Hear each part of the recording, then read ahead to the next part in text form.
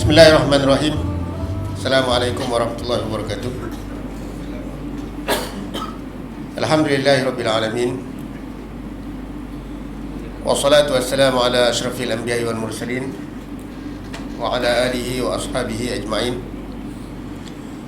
Allahumma ja'al jam'ana hadza jam'an marhuma wa tafarruqana min ba'dihi tafarruqan ma'suma wa la taj'al fina syaqiyan wala mahruman wala matrudan ya arhamar rahimin. Subhanaka la ilma lana illa ma 'allamtana innaka antal alimul hakim. Subhanaka la ilma lana illa ma 'allamtana innaka antal alimul hakim. Subhanaka la ilma lana illa ma 'allamtana innaka antal alimul hakim. Yang dihormati pengurusi majlis yang berusaha, Tuan Haji Muhammad Husaini yang di-Pertua ISMA Melaka Tengah, Cikgu Razak yang di-Pertua ISMA Alor Gajah, seluruh ahli jawatan kuasa ISMA, seterusnya ikhwan dan akhwat yang ana hormati dan yang ana kasihi sekalian. Pertamanya, alhamdulillah, kita panjatkan kesyukuran yang tidak terhingga kepada Allah Subhanahu Wa Taala yang memanjangkan usia kita dan memberikan kepada kita kelapangan untuk bersama-sama kita berkumpul pada pagi yang berbahagia ini. Kita syukuri segala nikmat yang Allah bagi kepada kita. Kita ikhlaskan niat dan kita berdoa moga-moga Allah mengekalkan segala nikmat tersebut dan memberikan kepada kita istiqamah untuk terus berada di atas agama Allah sehinggalah kita bertemu dengan Allah Subhanahu Wa Taala pada saat yang dijanjikan oleh Allah. Ini cawangan yang terakhir sebenarnya yang bermesyuarat pada hari ini, yang dah lebih tarikh.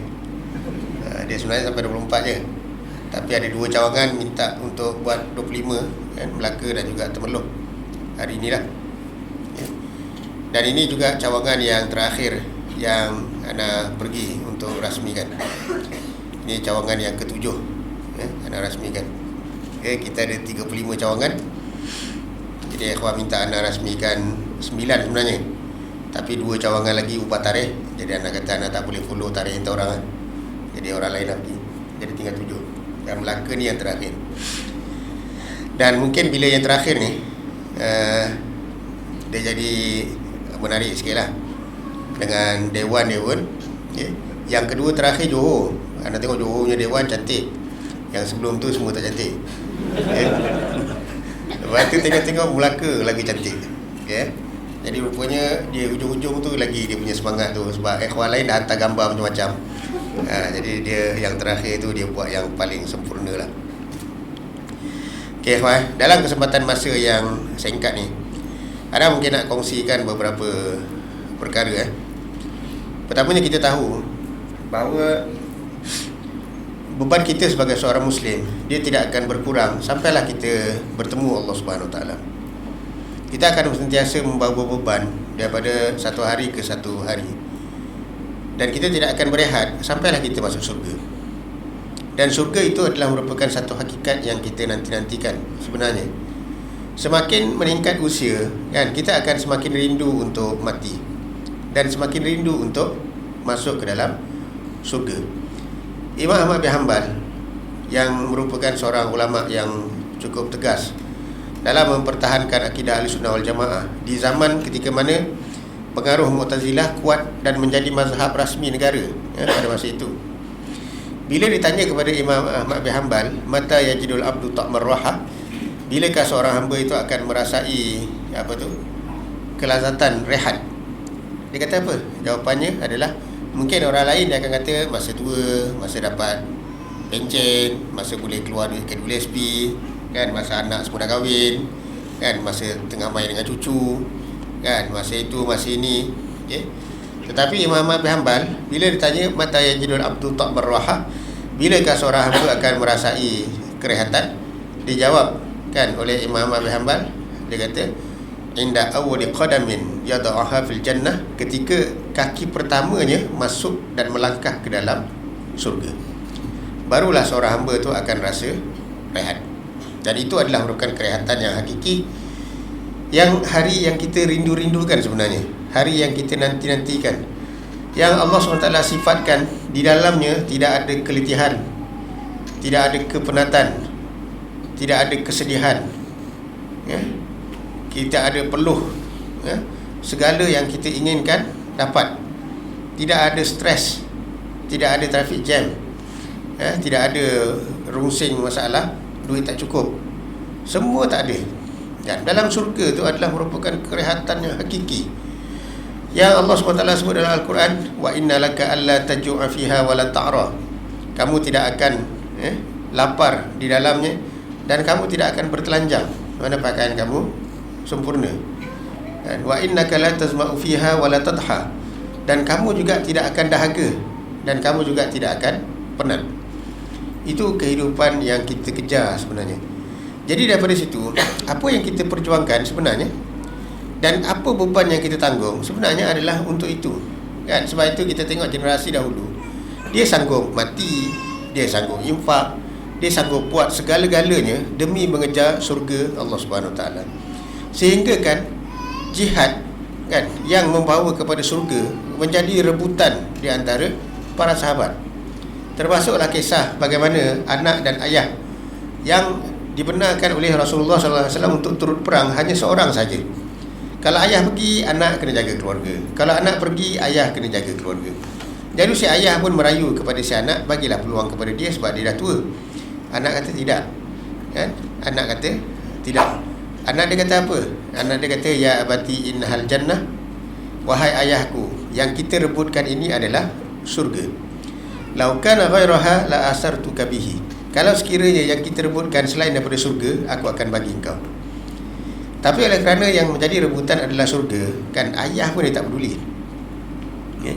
Jadi begitulah semangat, ya, manusia generasi awal mengejar, kan, surga Allah SWT, sehingga sanggup melakukan segala-galanya, termasuklah mati, termasuklah infak, termasuklah berletih, termasuklah berpenat.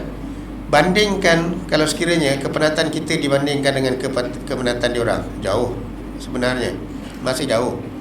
Kalau sekiranya kita melihat macam mana generasi awal dulu membuka Andalus, keluasan, ya, negeri yang seluas 660,000 km persegi, ya, dengan suku Vandal yang ganas, ya, di Andalus ni. Andalus tu maksud dia seluruh Portugal sekarang, seluruh Spanyol sekarang, dan sebahagian daripada Perancis. Besar tak? Besar. Dan keseluruhannya adalah merupakan Empire Rome, dan di dalamnya adalah orang-orang Kristian yang ganas. Tapi orang Islam ambil masa berapa tahun untuk buka? 4 tahun je. 4 tahun sahaja dia boleh buka, kan, seluas 660,000 km persegi. Kita boleh buat tak? Kan, kita pergi usrah, balik dah pening kepala. Esok pagi nak pergi kerja, sampai tengah hari dah tertidur dekat tangga, kan. Lepas tu nak pergi malam pula meeting, dah rasa macam tak cukup nafas, kan. Kemudian nak pergi mukhayyam, duit cerut poket dah cukup-cukup, rasa berat nak keluar duit, kan. Nak urus anak pergi nazim pun kita rasa beban. Jadi nak bandingkan dengan generasi dulu, yang Sayyidina Osman ni, yang disebut oleh Akhi Sani tadi, kan, impak bukan impak sikit-sikit. Kita impak sikit pun kita menggigil, kan, menggigil, tangan pegang poket padat, kan, maknanya tak nak keluar. Kalau boleh poket nak ada zip, 3 zip 4 zip dekat poket tu kalau boleh.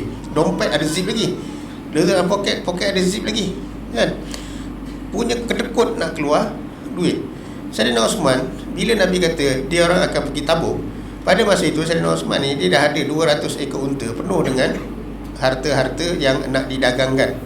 Mana berapa banyak harta di atas ekor unta yang nak didagangkan, mana barang-barang dagangan di atas 200 ekor unta. Sayyidina Osman kata unta 200 ni bagi ke perang Tabuk dengan harta sekali. Kita boleh buat tak? Tak tentu. Jadi punya jauh, kan, apa yang kita nak kejar dan apa yang kita nak usahakan ni. Jadi daripada situ sebenarnya meningkatkan tahap kemampuan kita untuk berjihad daripada satu tahap ke satu tahap. Sama ada dari segi wang ringgit, Dan juga begitu juga dari segi kan idea, begitu juga dari segi kepenatan jasad kan, bahkan sampai ke peringkat nyawa. Kadang-kadang kita ni bila kita ada duit, kita kata aku bagi, aku sponsor kau jalan lah kan, anak doa dari belakang, kita bagi duit. Tapi kalau sekiranya kita tengok dalam Al-Quran, Allah SWT sebut dua-dua sekali, dua-dua sekali. Hal adullukum ala tijaratin tunjikum min azabin alim tu'minuna billahi wa rasulihi wa tujahiduna fi sabilillahi bi amwalikum wa anfusikum, dengan harta dan juga dengan nyawa. Sebab itu Abdurrahman bin Auf, seorang bilioner, dia punya harta tu tak tahu banyak mana. Isteri dia kan, bila dia meninggal, isteri dia dapat 1/32, sebab dia dapat orang isteri. 1/32 daripada harta peninggalan dia sudah cukup untuk menjadikan isteri dia jadi jutawan. Jadi ada berapa banyak harta Abdurrahman bin Auf. Tapi Abdurrahman bin Auf, dia bukan macam perangai setengah kita ni. Kita duit banyak, kita bagi duit, lepas tu kita kata kan, buatlah, kita upah full timer lah buat segala-galanya, kita bagi duit kan, kita kata kita dah menyumbang. Abdurrahman bin Auf, dia menyumbang dan dia berjihad. Berapa banyak peperangan Rasulullah yang dia turut serta. Kalau dia buat perangai macam kita, dia kata aku beli kau lembing, kau jalan lah kan, aku berniaga sebab umat memerlukan duitku. Tak, umat memerlukan duit dan nyawa kau. Dan begitu juga sebaliknya kan, kadang-kadang kita kecukupan duit kita terhad. Kita kata kita sumbang tenaga, duit kita guna untuk diri. Tak juga kan. Dalam Al-Quran Allah dulu kan perkataan harta sebelum daripada nyawa kan. Sebab apa? Sebab susah macam mana pun kena infak juga harta. Lan tanalul birra hatta tunfiqu mimma tuhibbun kan. Kamu tidak akan mencapai kesempurnaan iman sehinggalah kamu infak apa yang kamu sayang kan. Bukannya cari poket dan poket tu tengok duit paling kecil kan, duit yang koyak-koyak kita pun sedekah. Bukan begitu. Benda yang paling kita sayang kita infak, itulah yang akan menjadikan kita mencapai kesempurnaan iman. Walaupun susah, walaupun susah. Jadi kemampuan kita untuk berkorban dan kemampuan kita untuk menanggung beban amal yang makin berat ni sebenarnya cukup penting untuk kita bina. Sebab kita takkan mampu untuk bawa Islam ke depan kan, tanpa ada ketahanan dan kelasakan dalam diri kita untuk menanggung segala beban. Kita dah terbiasa dengan beberapa budaya yang baik. Kita boleh uruskan kerjaya, di masa yang sama kita boleh uruskan usrah, di masa yang sama kita boleh uruskan biro, di masa yang sama kita boleh uruskan program, di masa yang sama kita boleh kumpul duit, di masa yang sama kita boleh korban masa, di masa yang sama kita boleh korban pemikiran. Jadi semua benda kita boleh buat. Tetapi kan, untuk kemenangan Islam, kadar yang kita bagi itu masih lagi tidak cukup kan. Jadi dia perlu untuk ditingkatkan daripada satu tahap ke satu tahap. Ini penting ikhwan kan, sebab Allah SWT dia bagi kemenangan setelah tenaga kita habis. Selagi tenaga kita tak habis kan, kemenangan Allah tak akan bagi kan. Allah akan bagi bila manusia telah beramal ataupun telah bersedia, mastata'tum, semampu yang kamu boleh. Maknanya sampai habis kemampuan. Habis kemampuan ni maksud dia macam mana? Abdullah bin Azam diajak mujahidin di Afghanistan berlari lah dia orang, pusing padang, berlari sampai satu peringkat seorang demi seorang keluar daripada padang sebab dah tak larat kan. Cungak-cungak tak larat, berhenti kan, dah tak larat kan, pusing. Tapi Abdullah Azam berlari sampai pingsan. Bila dia sedar pada pingsan, dia pun sebut kan kepada mujahidin, dia kata apa? Dia kata inilah yang dimaksudkan dengan mastata'tum kan, iaitu selama yang kamu mampu. Semaksimal yang kamu mampu tu maksudnya kalau berlari sampai pingsan, kalau buat kerja kan sampai darah tu naik kan, sampai 300 ke, adanya macam tu. Kita anda cakap dalam bahasa yang contoh-contoh yang mudah difahami. Kita baring dekat atas katil, lepas tu kita boleh fikir lagi panjang. Mana letak kepala pukul 12, pukul 1 masih tak tidur lagi kan. Sebab apa? Badan kita ada banyak lagi tenaga yang tak habis kan. Lepas tu pukul 3 pagi boleh terjaga, pukul 4 pagi boleh terjaga. Sebab apa kan? Sebab badan kita ni masih lagi banyak tenaga. Kalau badan kita dah tak ada tenaga, letak kepala tak sampai 10 saat tidur. Betul tak? Kita pernah tak berada dalam keadaan yang cukup letih kan? Jadi bila kita letak kepala saja, maknanya tak ada nak fikir apa dah. Bismillahirrahmanirrahim tak sebut dah tidur. Itulah istilah dia. Maknanya yang disebut oleh Ahmad Rashid tu, baring saja dia terasa kan tulang-tulangnya bergetar. Sebab apa? Sebab semua skru dah longgar, sampai dah tak larat, kan? Barulah kita kata mastata'tum, kan? Infak sampai terpaksa ikat perut, kan? Infak tayar kereta, sport rim ganti semacam juga, banyak infak, kan? Tapi baki pun banyak lagi, kan? Sayyidina Osman, Sayyidina Abdul Rahman bin Auf ni, bila dia infak, dia ni memang Allah SWT bagi rezeki yang murah. Dia kata kalau aku selak batu, aku jumpa emas. Maknanya punya mudah dia dapat duit. Tapi bila dia infak, cuba tengok cara dia infak macam ni. Dia kata dia infak, kan? Satu hari Aisyah kata kepada Abdul Rahman bin Auf, kau ni akan masuk surga merangkak, kata. Abdul Rahman bin Auf tanya kenapa? Kan sebab banyak harta kena hisap satu-satu. Abdul Rahman bin Auf kata apa? Kalau gitu aku infakkan unta-unta ini yang awalnya dah sampai kat Mekah, ujungnya masih ada di Madinah. Berapa banyak unta dia bagi? Mekah Madinah ni 480 km. Kalau seekor-seekor unta tu jarak dia 50 meter lah, kan? 50 meter maknanya setiap 100 meter 2 ekor, kan? Setiap 1 kilometer 20 ekor. Darat dengan 480, darat dengan RM10,000, harga unta Australia. Unta Arab mahal lagi, Jadi maknanya itu kalau kita kata jarak antara seekor dengan seekor tu 50 meter. Kalau jarak antara seekor dengan seekor tu berlaga, kan, kepala dengan punggung, berapa banyak dalam 1 kilometer? Dan berapa banyak unta sepanjang, kan, 480 kilometer. Jadi dia infak tanpa, apa orang kata, infak tanpa hisap, mana? Tanpa hisap ni, tak fikir panjang, dia infak. Lepas tu dapat lagi rezeki, infak, dapat lagi rezeki dan infak, kan? Maknanya infak yang tidak berkira, infak tidak berkira. Dan sampai Sayyidina Osman tu memang disebut dalam riwayat, ketika mana dia membeli perigi, habis semua harta dia. Kalau istilah kita ni, kan, macam Akhil Sani sebut tadi, kan, Istima jual, kereta ni jual, kereta tu jual, tinggal sebiji Viva, ataupun Viva pun jual, kereta sewa, rumah ada 3 biji, satu-satu jual, duduk rumah sewa. Lepas tu rumah sewa pun ada peti air semua jual juga, beli peti air kecil tu. Habis. Mana kalau kad ATM ni ada 4 akaun, 5 akaun, ada 4-5 kad, dalam tu tinggal minima je. Kalau Maybank RM1, kan, minima, kan. Kalau CIMB RM20, itu minima lah, dah tak boleh keluar dah, kan, dah tak boleh keluar. Sampai tak kita ke level itu? Belum lagi, kan. Belum sampai lagi. Sampai tak kita ke level, kan, makan nasi sekali sehari, kan, tak sampai lagi, kan. Tapi, kan, bila kita perlu ke situ, kan, maka benalah diri kita ke arah itu, kan. Jadi kita bukan develop keluarga kita ke arah makin selesa.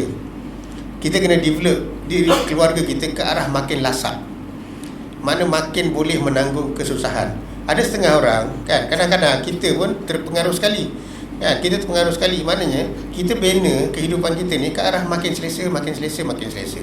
Rumah dulu 1 jadi 2, rumah 2 jadi 3, padahal duduk 2 orang je, kan. Last sekali anak-anak kita semua tinggalkan kita, kan, semua tinggalkan, kan. Itu hakikat, kan. Hakikat dunia ni hanya akan dipahami bila kita tua.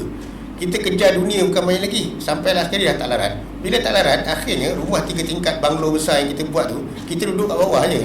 Kat atas tu orang gaji duduk, kan, bawah je duduk, kan. Bawah tu betul-betul dekat pintu. Lepas tu dalam tu ada tandas, dapur pun sebelah. Itu je lah, boleh bergerak banyak tu je. Tak larat dah nak bergerak lebih-lebih. Masa muda habis tenaga, kan. Jadi bila kita bina ke arah makin selesa, makin selesa, makin selesa, akhirnya sebenarnya tak dapat menikmati pun.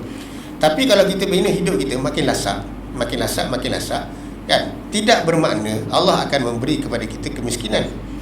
Allah akan bagi kekayaan kepada pejuang. Sebab tu kalau kita tengok pejuang agama ni kaya-kaya, tapi dia lasak, kan. Lasak tu dengan arti kata ada duit dia biasa, tak ada duit pun dia okey. Ada kecukupan dia boleh hidup, tak ada kecukupan dia masih lagi boleh hidup, dia tak stres, sebab apa? Sebab dia lasak, tapi kaya, kan, tapi kaya. Banyak pejuang agama ni memang orang kaya-kaya, kerana rezeki yang Allah SWT bagi ni memang rezeki yang dijanjikan. Sebab tu ikhwah, anda punya congak, kenapa akhirnya pejuang ni kaya, kan? Sebab rezeki satu benda yang Allah SWT tentukan. Bila kita ada anak, Allah bagi rezeki pada anak. Sebab, kan, kita perlu jaga anak. Bila anak kita cacat, tengok-tengok masa tu juga kita naik gaji, naik pendapatan bulanan. Sebab apa? Sebab bukan kita cemerlang kerja pun sebenarnya. tapi sebab Allah nak supaya kita sara anak yang cacat tu, kan? Dan begitulah seterusnya. Jadi dalam dakwah, bila kita perlu bergerak banyak, Allah bagi rezeki untuk kita bergerak banyak. Daripada situ datang rezeki, kan?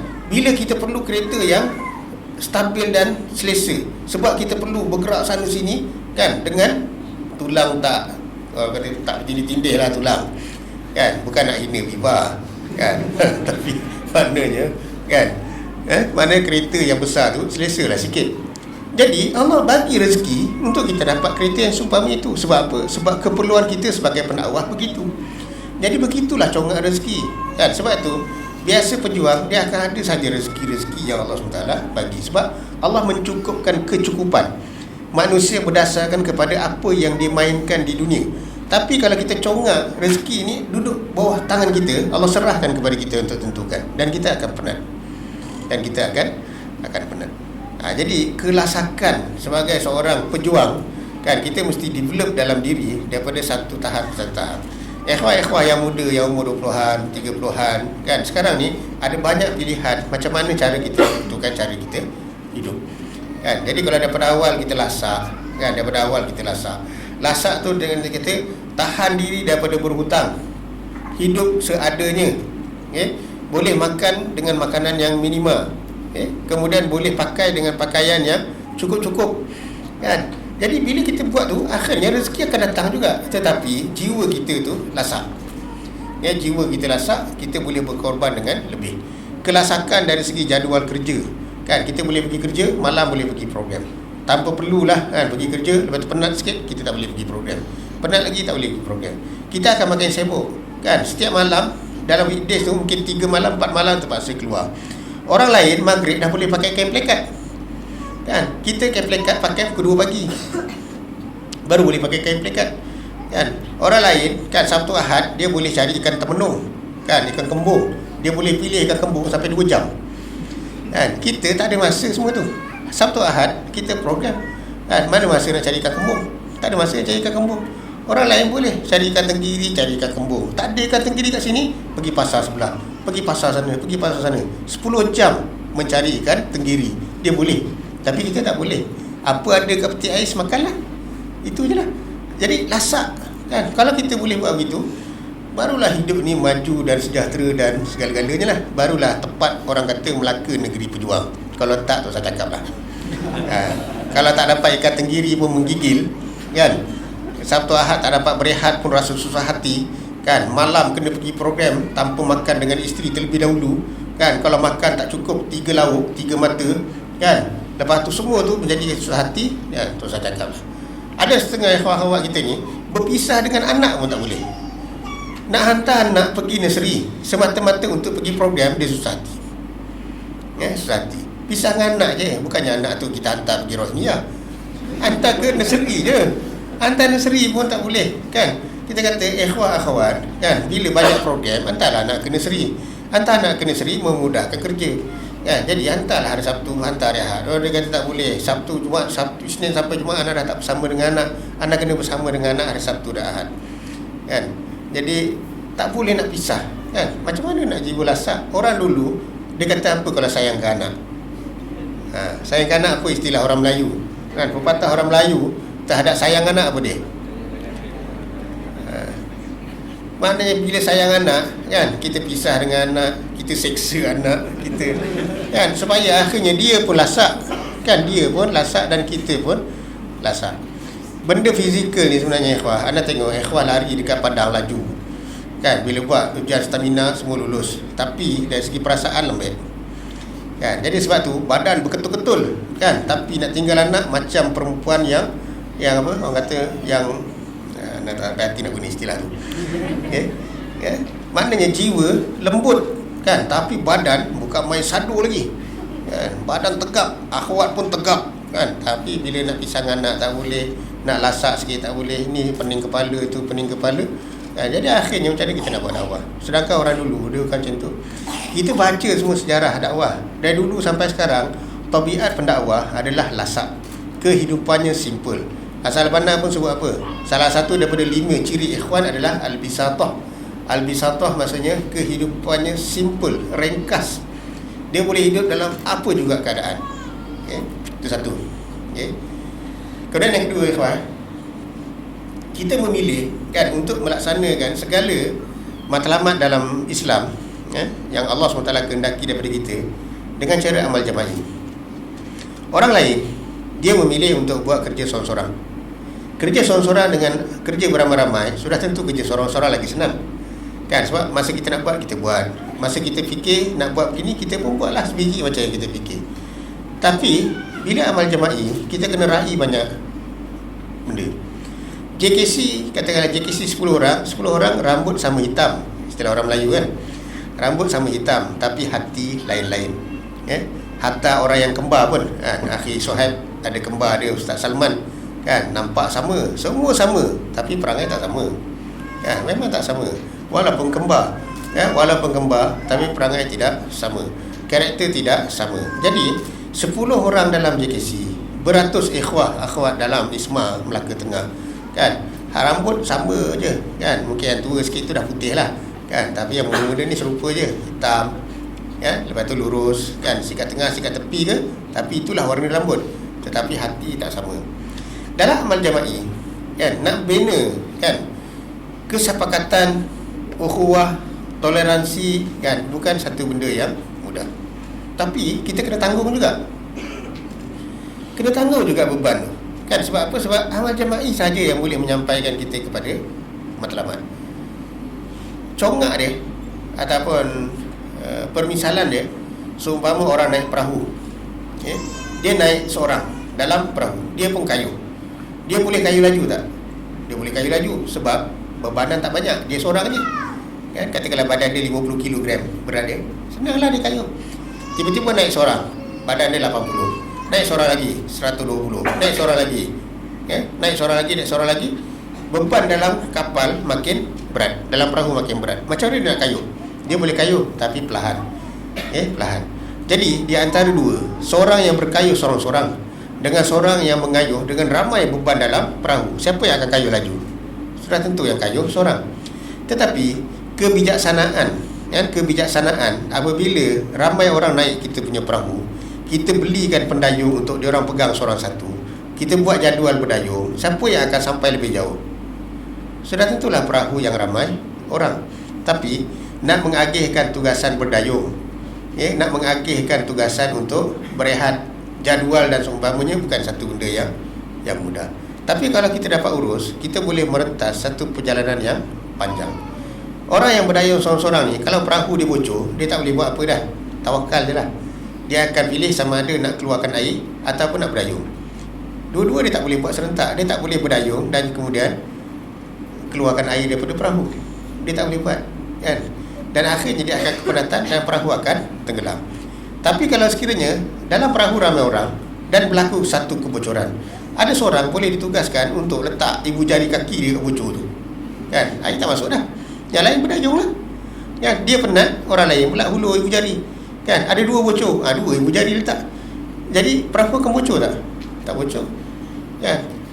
Dan begitulah amal jama'i. Tetapi permisalan yang mudah ini kan, tidak mudah untuk dilaksanakan dalam jemaah. Sebab apa? Sebab manusia ni memang Allah SWT sifatkan dalam surah Al-Kahfi, Allah SWT suruh kita bersabar terhadap orang beriman. Ada ayat Allah SWT suruh kita bersabar terhadap orang-orang kafir. Ada ayat dalam surah Kahfi yang amat unik, Allah SWT suruh kita bersabar terhadap orang-orang yang beriman.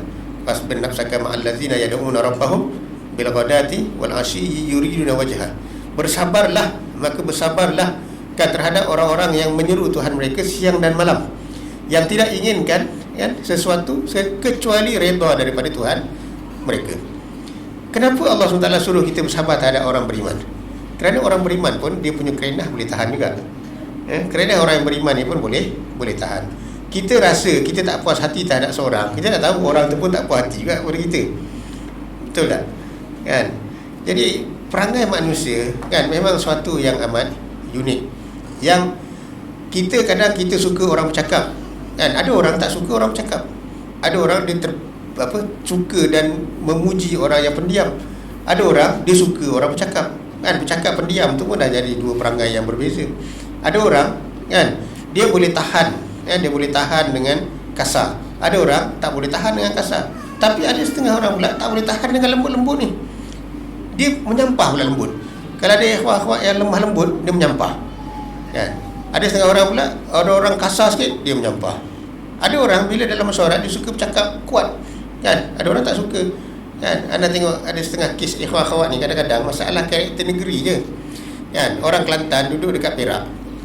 Perak ni keturunan Datuk Sagor. Dia punya volume, kalau kita letak radio tu, volume paling tinggi 10, dia bercakap tu 10.5. Suara dia tinggi, kan? Suara dia tinggi, kan? Orang Kelantan telinga dia nipis, gendang dia kecil, kan? Jadi dia tak boleh dengar suara yang tinggi. Akhirnya berasa hati sebab masalah ketinggian suara saja, kan? Itu kita panggil karakter, kan? Itu kita panggil karakter, kan? Jadi benda-benda macam ni berlaku, kan? Tak berlaku dalam masyarakat Isma pun berlaku benda gitu, kan? Kita alhamdulillah akhwat sekalian, kita dalam Isma ni dia tak berlaku politiking jatuh-menjatuh. Kita tidak berlaku tipu menipu, tidak berlaku dalam masyarakat kita ni, kan? Dalam jemaah Isma ni, kan, maknanya cantas mencantas, semua tu tak berlaku. Tapi yang berlaku adalah clash disebabkan oleh kerana karakter, kan? Jadi karakter-karakter ni sebenarnya kalau ada kebijaksanaan daripada kita boleh urus dengan baik. Sebab kita kena jadi satu tim, kan? Satu tim yang kuat. Dan di beberapa cawangan anda sebut satu isu yang melanda di beberapa cawangan di Malaysia ni, iaitu dalam masalah pertemuan di antara generasi muda dan juga generasi tua. Di setengah cawangan anda sebut benda yang sama, dan anda nak sebut benda yang sama di sini. Tua dan muda adalah merupakan proses yang akan berlaku kepada siapa saja. Kita muda hari ini dan kita rasa alam ini milik kita. Bila kita berumur 50 tahun, alam bukan milik kita dah, sebab alam milik orang muda di zaman itu. Jadi akhirnya setiap masa, kan, akan berlaku apa yang kita sebut relevan tak relevannya seseorang dengan zaman. Tetapi, kan, yang ini dalam harakah Islamiah tak sepatutnya menjadi krisis.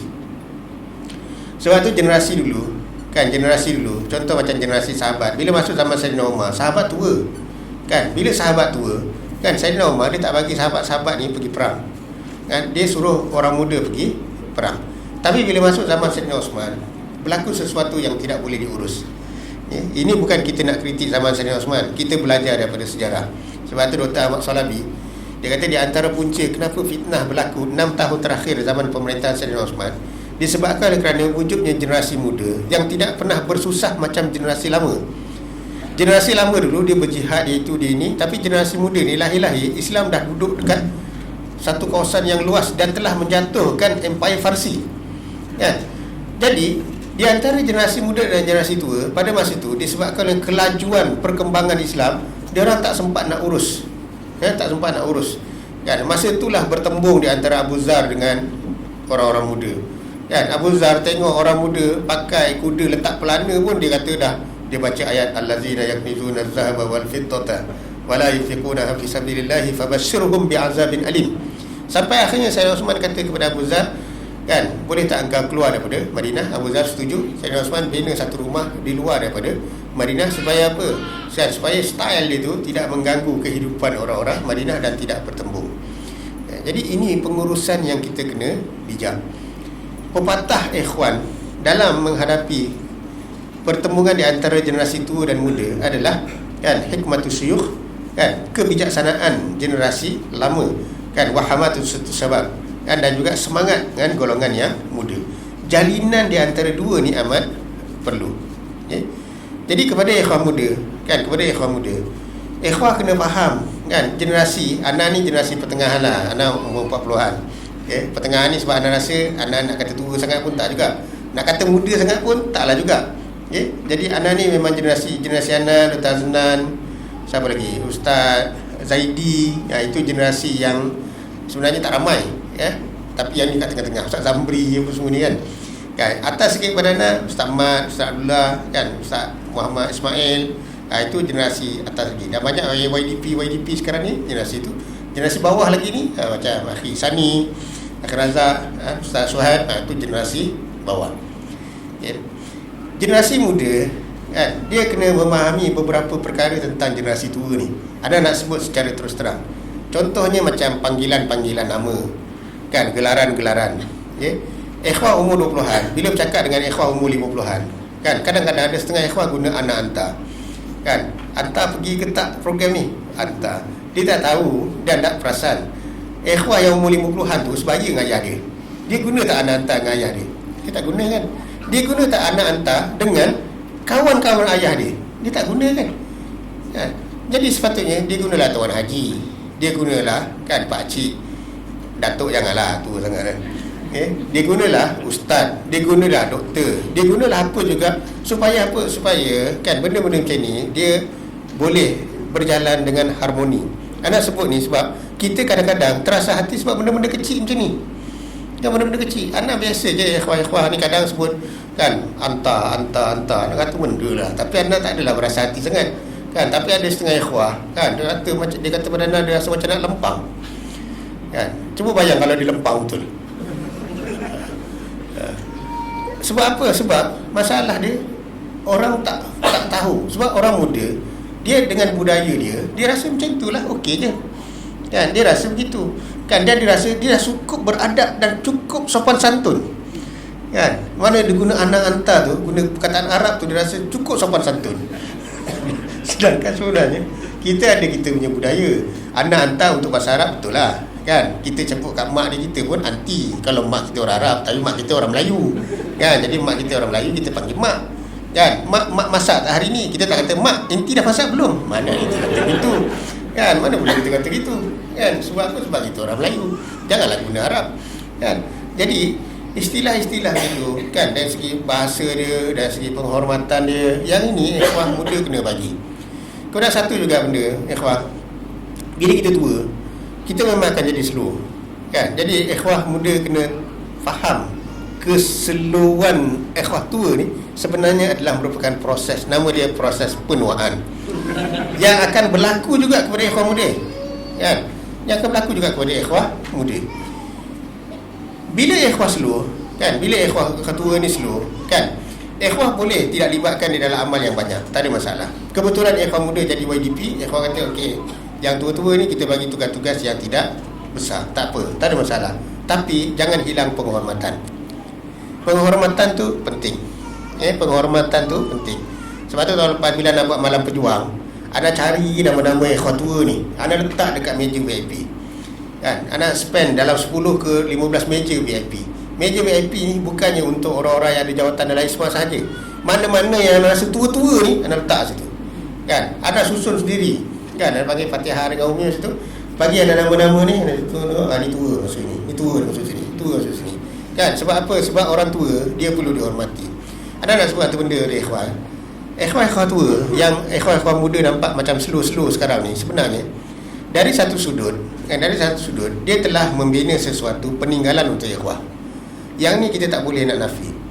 Kan, kalaupun tidak ada jasa ikhwah tua kepada kita, sekurang-kurangnya dia telah berjaya membina ISMA sampai ke tahap ini. Ikhwah lahir-lahir saja ISMA dah ada dah. Ikhwah tua ni lahir, ISMA tak ada. Jadi nak mewujudkan sesuatu yang kosong kepada sesuatu di alam nyata bukan satu benda yang mudah. Dan generasi tua ni berjaya buat. Jadi generasi muda kan, dia kena lawan kan jasa itu dengan satu lagi jasa yang lebih besar daripada itu. Dan mudah kan? Tak mudah sebenarnya. Tidak mudah. Untuk mewujudkan ISMA ni bukan satu benda yang mudah. Anda sempat sezaman dengan ikhwah ketika mana nak hidupkan ISMA. Nak ajak seorang masuk ISMA pun bercinta. Berapa ekor kambing kena disembelih, berapa perjalanan perlu direntas, kan, berapa banyak bahasa perlu diolah untuk memujuk, kan, berapa banyak tenaga yang kita habis untuk buat kenduri kendara, nak convince dia, nak gerakkan dia, nak itu, nak ini, nak tarik tenaga tu. Kemudian kesanggupan untuk urus kan benda yang tak ada orang. Kita buat AGM tahun 2001, ni tahun 2017, dah 16 tahun. Tahun 2001 AGM kita, AGM pusat kan, kita buat bilangan ikhwah yang datang tak seramai ni pun. Jadi ikhwah tua ni menguruskan satu organisasi yang tak tahu masa depan. Kan, yang tak tahu masa depan. Kita buat AGM sekali dengan hari keluarga. Hari keluarga baru orang datang. Kalau tak ada hari keluarga, orang tak datang. Semata-mata untuk melantik presiden, tak adalah, kompon tak datang lah. Satu Malaysia datang untuk berhari keluarga dekat Taman Tasik Taiping. Sewalah secara berhemah kan, Seri Malaysia murah lagi masa tu, RM90 je kan. Nak mesyuarat kan, tak ada sewa dewan kan, kita punya keupayaan rendah kan. Ikhwah datang mesyuarat pakai selipar, mana dia pakai baju Melayu samping ni kita baru berkenalan beberapa tahun kebelakangan ni kan. Sebelum tu selipar kan, selipar pula macam-macam jenis, selipar Jepun, sandal apa semua, itulah datang mesyuarat dulu.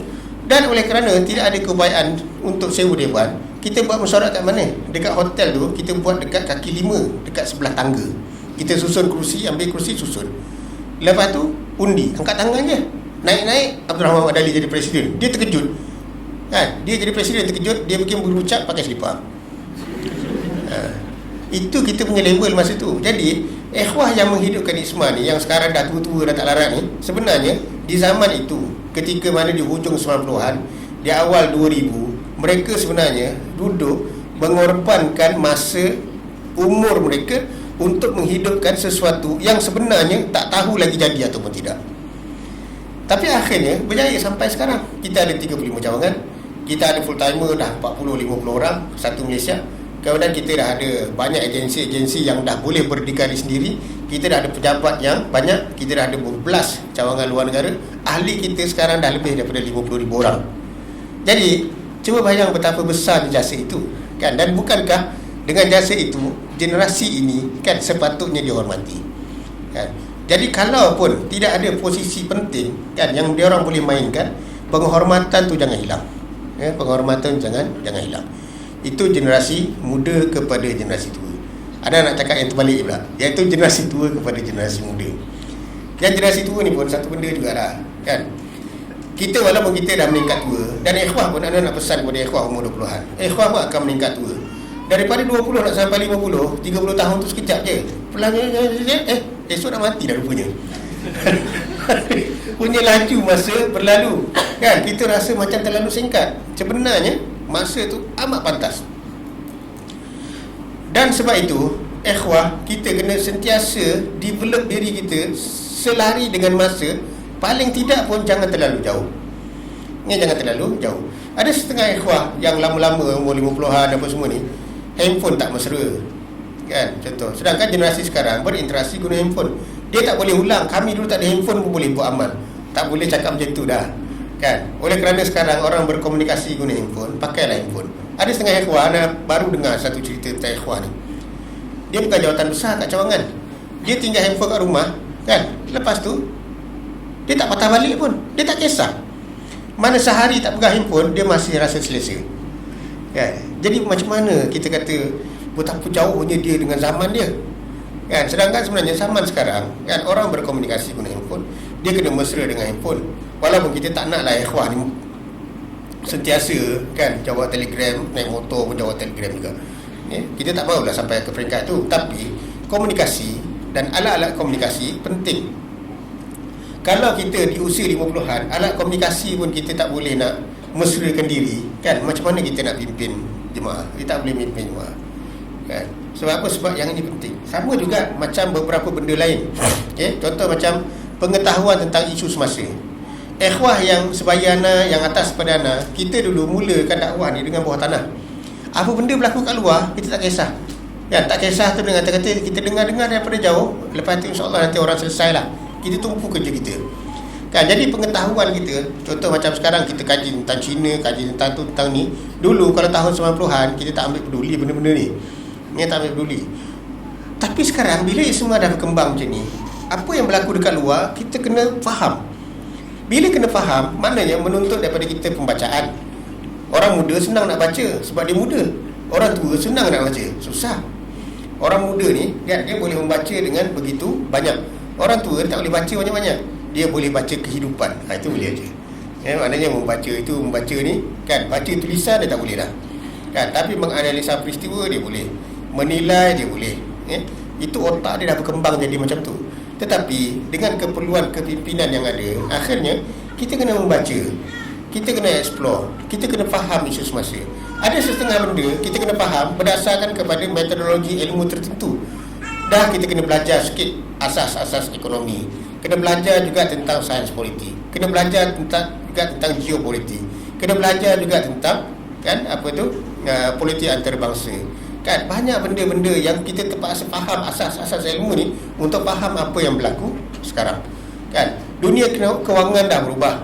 Kan dulu orang pakai RM2, itu ini, lepas tu orang guna bank. Sekarang bank dah mula tutup satu-satu, orang dah mula bercakap tentang Bitcoin. Bitcoin ni dah jadi satu benda yang kita kena explore. Orang muda boleh explore, orang tua boleh tak? Kan sepatutnya kita kena berusaha supaya apa, paling kurang dia tidak jauh. Tidak jauh. Jadi kita kena explore supaya apa? Supaya kita sentiasa boleh memimpin dan generasi muda sentiasa boleh dibantu untuk memahami apa yang berlaku dengan betul. Ini pun satu cabaran, kan? Supaya apa? Supaya generasi muda dan generasi tua dia boleh selari. Kan tak adalah generasi muda cakap tentang Bitcoin, kan? Generasi tua cakap tentang kaedah subah. Jadi jauh jarak, macam mana nak bertemu? Macam mana nak cantum idea tu? Kan? Orang sekarang dah mula bercakap tentang isu delegate. Kan? Macam mana kita nak delegate tugas? Kan? Yang ni pula, generasi tua pula, dia tak ada delegate ni. Isu delegate tak ada. Semua benda kena pantau sendiri. Jadi pembudayaan macam tu sebenarnya satu benda yang kena diharmonikan. Jadi yang muda pun kena faham, yang tua pun kena faham. Dan setiap daripada kita perlu mengubah supaya jarak di antara generasi tua dan generasi muda ni tidak jauh. Kan? Bila kita dekat, kan, daripada situ kita boleh jadi satu tim yang kuat. Ikhwan, apa juga posisi, kan, akan berubah setiap kali AGM. Tetapi ikhwah adalah ikhwah yang sama.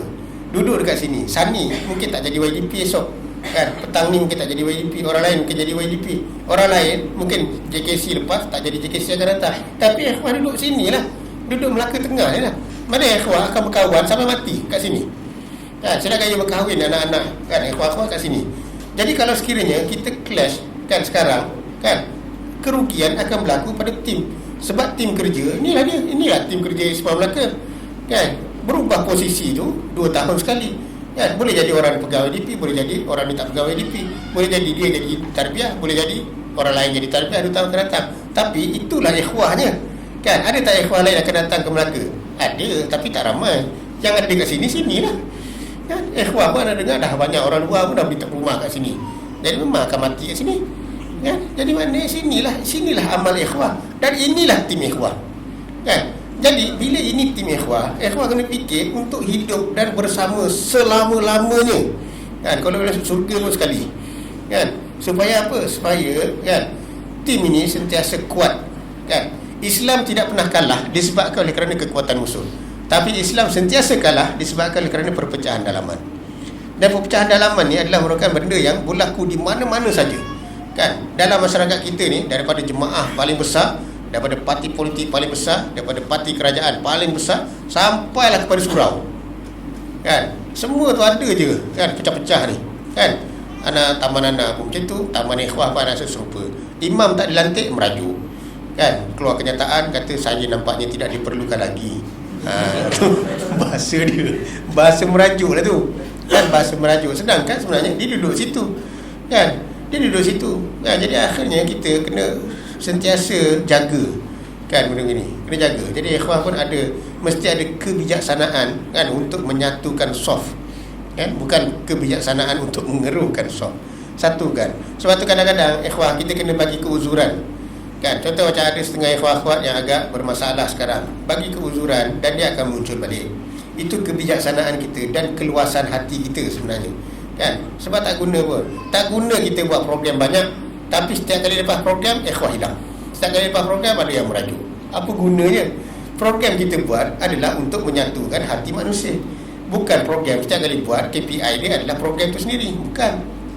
KPI kita adalah menyatukan manusia dengan manusia. Kita bukan ikat manusia dengan wasilah, kita ikat manusia dengan manusia. Bila kita anjurkan convention, sepatutnya daripada convention muncul satu tim yang kuat, yang bekerjasama, yang boleh bertasamuh, yang boleh bertolak ansur, yang boleh toleransi, yang akhirnya ukhuwah makin tinggi. Bukan setiap kali convention berjaya, lepas tu 3 orang ikhwan merajuk, berlaku satu lagi convention 4 orang pula merajuk, kan? Ini dalam merajuk, dalam buat klik kat luar 2 tahun akan datang, dah mula pilihan raya, tukar orang, dia masuk balik, orang lain pula merajuk. Jadi kalau macam tu sampai bila pun Islam takkan naik, kan? Jadi kekuatan tu yang kita kena bina. Yang terakhir sekali, dalam pemilihan, bila berlaku pemilihan, kan, ada amat harap, dan benda ni anda sebut pada semua cawangan, agar kita memilih dengan penuh kesedaran. Pilih dengan penuh kesedaran, kan, maksudnya kita lakukan pemilihan itu dengan sungguh-sungguh, mengambil kira semua benda. Budaya yang ada pada kita sekarang ni, kita berlonggar dalam memilih. Biasanya kita akan pilih orang selain daripada kita. Itu je. Selagi mana bukan kita, maka kita tak kisah siapa pun. Kan, mana sikoh kita kepada ikhwah tinggi.